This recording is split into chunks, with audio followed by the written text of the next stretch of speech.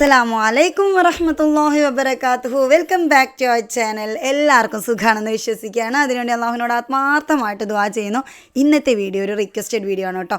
അപ്പം ഞാൻ ഇന്നൊരു ട്രെയിനറായിട്ടോ കൗൺസിലറായിട്ടോ ഒന്നുമല്ല നിങ്ങളോട് സംസാരിക്കാൻ പോകുന്നത്. എൻ്റെ മോൻ്റെയും മോളുടെയും 11 വയസ്സുള്ള മോൻ്റെയും 7 വയസ്സുള്ള മോളുടെയും ഉമ്മയായിട്ടാണ് സംസാരിക്കാനായിട്ട് പോകുന്നത്.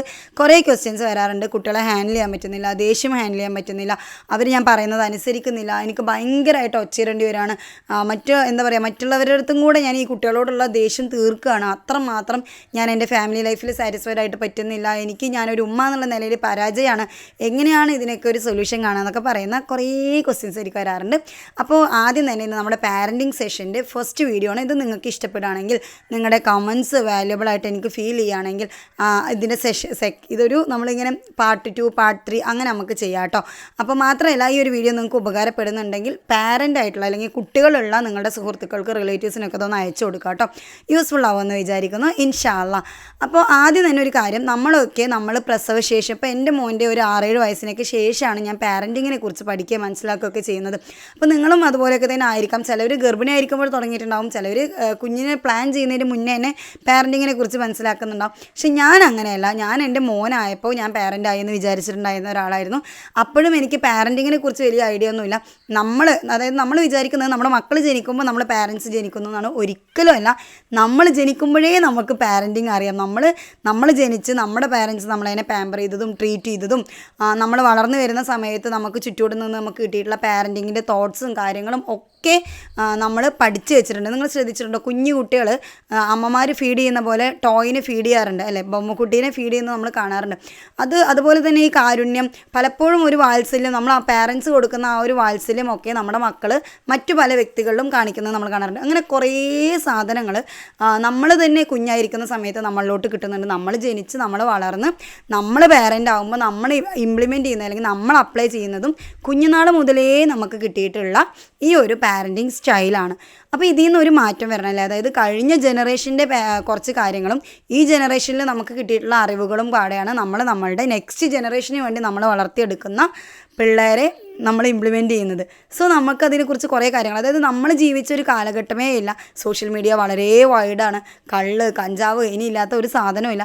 പിന്നെ ബന്ധങ്ങൾ മുതൽക്ക് ഒരാളുടെ സക്സസ്സിനെ അളക്കാനുള്ള മാനദണ്ഡമായിട്ട് കണ്ടിരിക്കുകയാണ് പണം എന്നുള്ളത്. ഇപ്പോൾ തൊപ്പിയുടെ ഏർണിങ്സിൻ്റെ കാര്യം പറയുന്ന സമയത്ത് കുറേ ആൾക്കാർ പറയുന്നുണ്ടായിരുന്നു തൊപ്പി സക്സസ്ഫുൾ പേഴ്സൺ ആണ്, അതായത് കുറച്ച് നെഗറ്റീവ്സ് ഉണ്ടെങ്കിലും സക്സസ്ഫുൾ പേഴ്സൺ ആണെന്ന്. തൊപ്പീനെ കറക്റ്റായിട്ട് ഗൈഡ് ചെയ്ത് കൊണ്ടുവന്ന് നല്ലൊരു വ്യക്തിയായിട്ട് ഉണ്ടായിരുന്നെങ്കിൽ ഒരു പക്ഷേ തൊപ്പി ഈ പറയുന്ന ഏർണിങ്സൊക്കെ നല്ല രീതിയിൽ വിനിയോഗിക്കാനും അയാൾ കാരണം കൊണ്ട് സമൂഹത്തിന് എന്തെങ്കിലുമൊക്കെ നല്ലത് കിട്ടാനും ചാൻസ് ഉണ്ടായിരുന്നു.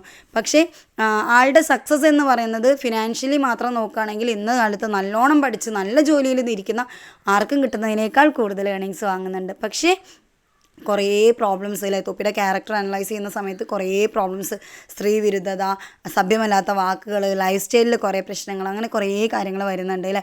ആ കുട്ടിക്ക് ഒരു കറക്റ്റായിട്ട് ഒരു ഗൈഡൻസോ കാര്യങ്ങളൊക്കെ കിട്ടി നല്ല രീതിയിൽ ആ കുട്ടീനെ വളർത്തിയെടുത്തിരിക്കുകയാണെങ്കിൽ ഈ പറഞ്ഞ പോലെ സമൂഹത്തിന് ഉപകാരമുള്ളൊരു മകനായിട്ട് മാറുമായിരുന്നു എന്നുള്ളതാണ്. അപ്പോൾ എങ്ങനെയാണ് കുറേ നമ്മുടെ മക്കൾ ഇൻഫ്ലുവൻസ്ഡ് ആയി പോകുന്നതെന്ന് വെച്ചാൽ നമ്മൾ പാരൻസ് അതിന് വലിയ തോതിൽ പങ്ക് വഹിക്കുന്നുണ്ട്. നമ്മുടെ മക്കൾ ഭയങ്കര സ്നേഹത്തോടെ, ഇപ്പോൾ എൻ്റെ മോളും പാടെ എൻ്റെ അടുത്ത് വന്നിട്ട് രണ്ടുപേരും തുടങ്ങും, ഇടത്തുനിന്നും വലത്തുനിന്നും തുടങ്ങും, ഉമ്മ ഉമ്മ ഉമ്മ ഉമ്മ. ഒരു കാര്യം ചോദിച്ചാൽ വിളിച്ചുകൊണ്ടേയിരിക്കും. ഫസ്റ്റ് ഞാൻ എങ്ങനെയായിരുന്നു വെച്ചാൽ ഇവർ ഷൗട്ട് ചെയ്യുന്നതിൻ്റെ ഇരട്ടി ശബ്ദത്തിൽ ഞാൻ ഷൗട്ട് ചെയ്യും. ഉമ്മ ഉമ്മ എന്ന് 2 പ്രാവശ്യം അവരെന്നെ വിളിച്ചാൽ എന്താണ് ചോദിക്കുക, എന്താണ് ചോദിച്ചാൽ മതി, എൻ്റെ കുട്ടികൾ അങ്ങനെ നിൽക്കും. കാരണം എനിക്ക് ദേഷ്യം വന്നിട്ടുണ്ടെന്ന് ഇവർക്കറിയാം. ഞാൻ ഭയങ്കരമായിട്ട് ഷൗട്ട് ചെയ്യും.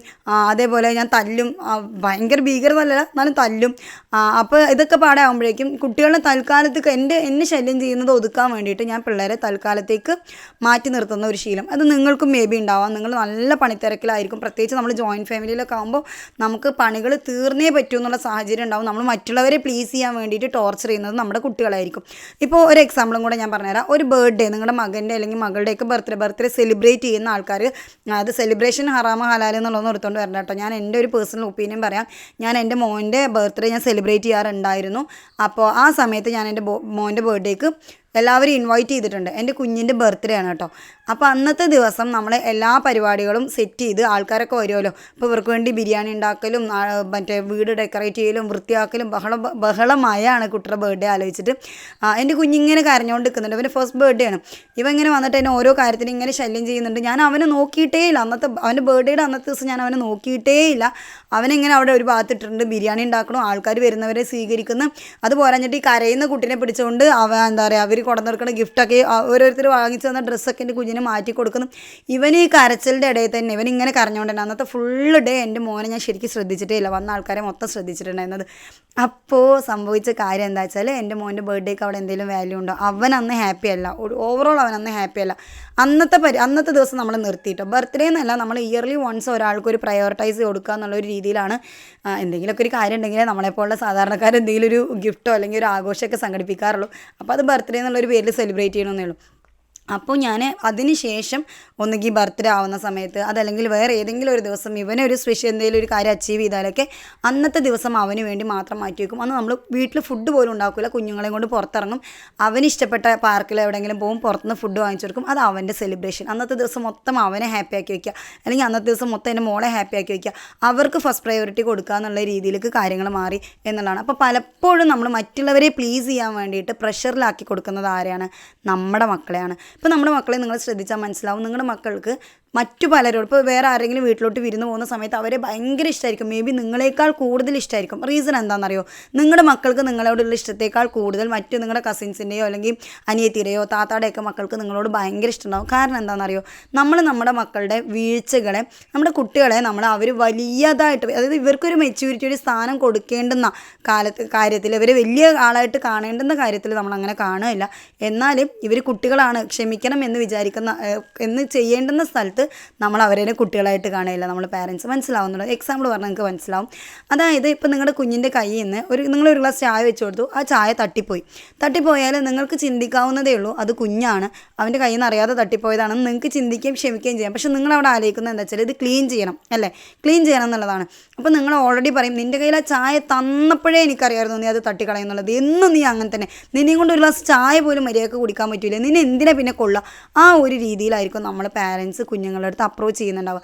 ആൻഡ് ഇത് സെയിം സെൻസിൽ നിങ്ങളുടെ കയ്യിൽ നിന്നോ അല്ലെങ്കിൽ വലിയൊരാളുടെ കയ്യിൽ നിന്നോ ആ ചായ പോയാൽ നിങ്ങൾ ചോദിക്കും, അതറിയാണ്ട് പോയതല്ലേ, സാരല്ല ഞാൻ തുടച്ചില്ല. ഈ കുഞ്ഞുങ്ങളെ കയ്യിൽ നിന്ന് പോണതും അത് അറിയാണ്ട് പോകുന്നതാണെന്ന് നമ്മൾ ഒരിക്കലും ചിന്തിക്കില്ല, അല്ലേ? നമ്മുടെ മക്കളുടെ കാര്യത്തിൽ നമ്മൾ അങ്ങനെയല്ലേ ചെയ്യുന്നത്.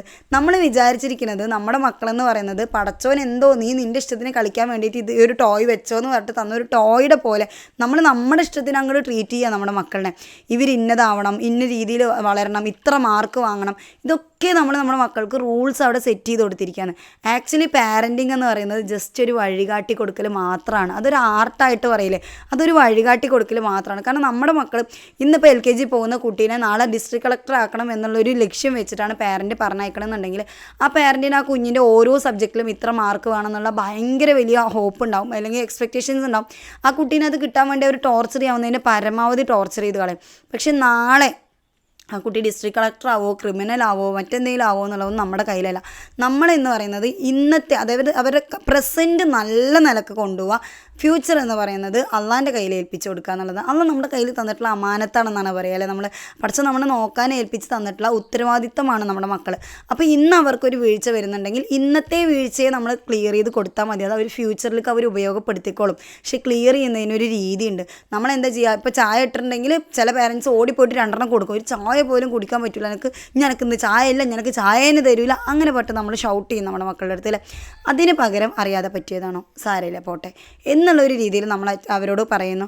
ആൻഡ് നെക്സ്റ്റ് ടൈം നമ്മൾ കൊടുക്കുന്ന സമയത്ത് അല്ലെങ്കിൽ നമ്മൾ തന്നെ അവരോട് പറയുകയാണ്, ഒരു ദിവസം അവർ ചായ തൂവാതെ അല്ലെങ്കിൽ തട്ടാതെ കുടിച്ചു കഴിഞ്ഞാൽ നമ്മൾ പറയണം, മാഷാ അല്ലാ എൻ്റെ കുട്ടി വലിയ കുട്ടിയായല്ലോ, അപ്പോൾ നല്ല മോനായിട്ട് ചായ തൂവാതെ കുടിക്കുന്നുണ്ടല്ലോ, മാഷാ അല്ലാ എന്ന് പറഞ്ഞാൽ അടുത്ത പ്രാവശ്യം മുതൽ അവരത് ശ്രദ്ധിച്ചുകൊണ്ടേയിരിക്കും.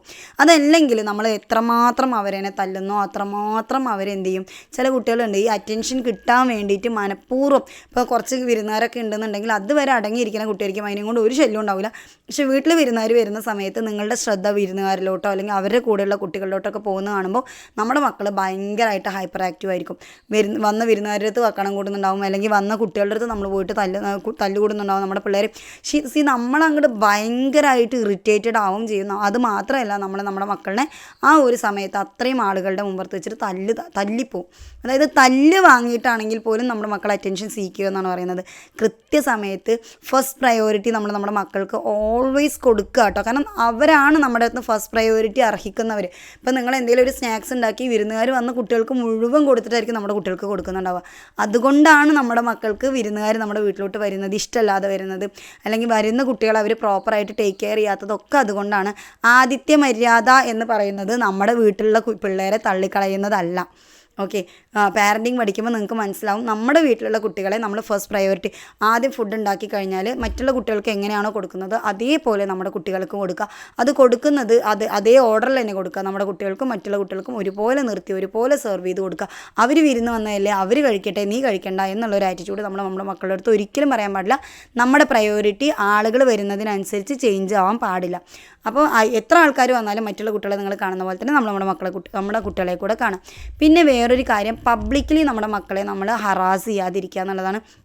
നമ്മൾ കണ്ടിട്ടുണ്ടാവും നമ്മുടെ ചൈൽഡ്ഹുഡിലൊക്കെ നമ്മളൊരു മിസ്റ്റേക്ക് ചെയ്യുന്നുണ്ടെങ്കിൽ, സ്കൂളിൽ നിന്ന് ഒരു മിസ്റ്റേക്ക് എന്തെങ്കിലും ചെയ്തിട്ടുണ്ടെങ്കിൽ പാരൻസ് റോട്ടിൽ കൂടെ വടിയെടുത്ത് തല്ലിയിട്ട് വരും അല്ലേ.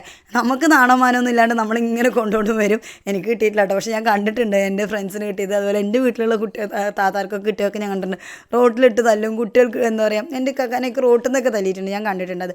അപ്പോൾ അവരുടെ ഈഗോ അത് ഹേർട്ടാവും, ചുരുങ്ങിപ്പോവും. അതായത് സൈലൻ്റ് ആയിട്ട് പോകും ആളുകൾ, കമ്മ്യൂണിക്കേറ്റ് ചെയ്യാനുള്ളൊരു ബുദ്ധിമുട്ടുണ്ടാവും, അവരുടെ കോൺഫിഡൻസിനെ അത് ബാധിക്കും. അപ്പോൾ നിങ്ങൾക്കുള്ള അതേപോലെ തന്നെ നമ്മുടെ മക്കൾക്കും ഈ പറയുന്ന ഒരു പ്രൈഡ് ഉണ്ട്, അവർക്ക് ഈ ആത്മാഭിമാനമുണ്ട്. അത് നല്ല നിലക്ക് അവർ ബിൽഡ് ചെയ്ത് കൊണ്ടുവരണം എന്ന് ആഗ്രഹിക്കുന്നുണ്ട്.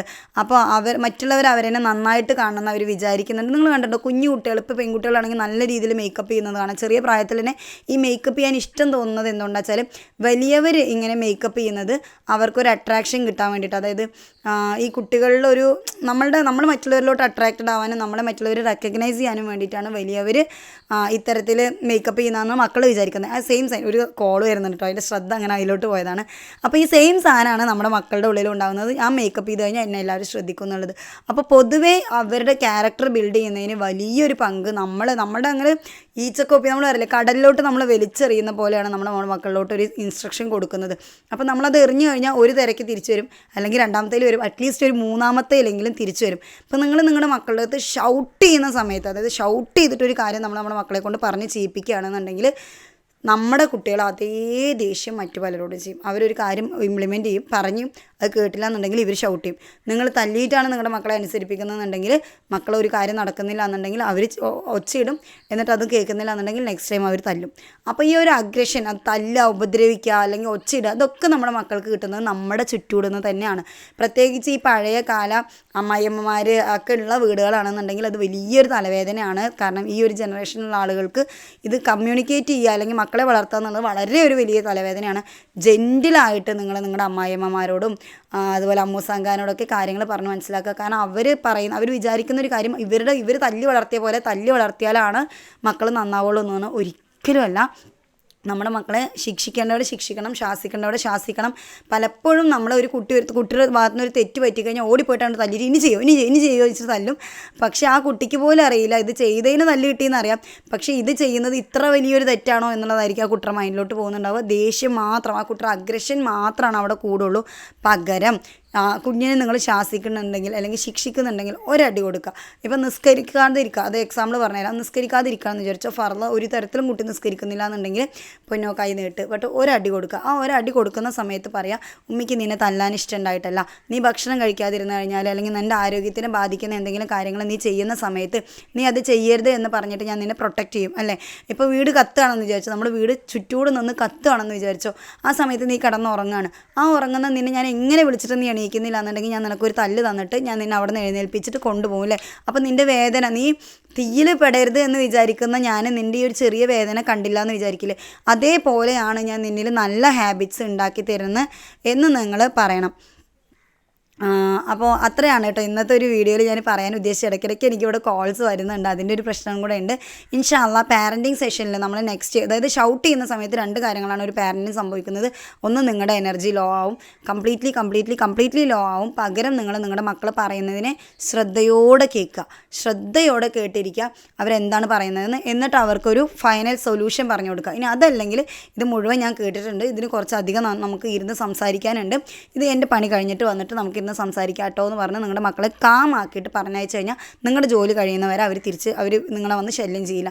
പക്ഷേ അതേസമയം നിങ്ങൾ ഭയങ്കര കൂടിപ്പോയാൽ വന്നിട്ട് അമ്മയുടെ ജോലി കഴിഞ്ഞോ എന്നേ ചോദിക്കുള്ളൂ. പക്ഷേ അതേസമയം നിങ്ങൾ ഷൗട്ട് ചെയ്തിട്ട് പോയാൽ അവരവിടെ വേറെ എന്തെങ്കിലും പണി ഒപ്പിക്കും.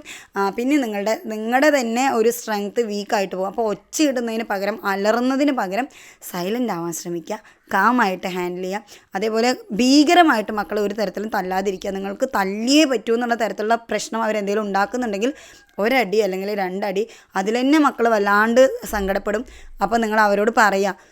ചിലപ്പോൾ ചില കുട്ടികളൊന്നും പുറത്ത് കാണിക്കില്ല. അപ്പോൾ എൻ്റെ മോനൊന്നും ഞാൻ തല്ലിക്കഴിഞ്ഞാൽ അവൻ്റെ സങ്കടം അവൻ പുറത്ത് കാണിക്കില്ല. അവൻ ശരിക്കും ഡിറ്റോ അവൻ്റെ ഉപ്പാടെ ഒരു ക്യാരക്ടർ നമ്മൾ പറയില്ലേ, ചിലപ്പോൾ നമ്മളൊക്കെ പറയാറില്ലേ അവർക്ക് അവരുടെ ഉപ്പാടെ ദേഷ്യം കിട്ടിയ ഉമ്മാടെ ദേഷ്യം കിട്ടിയെന്നുള്ളത്.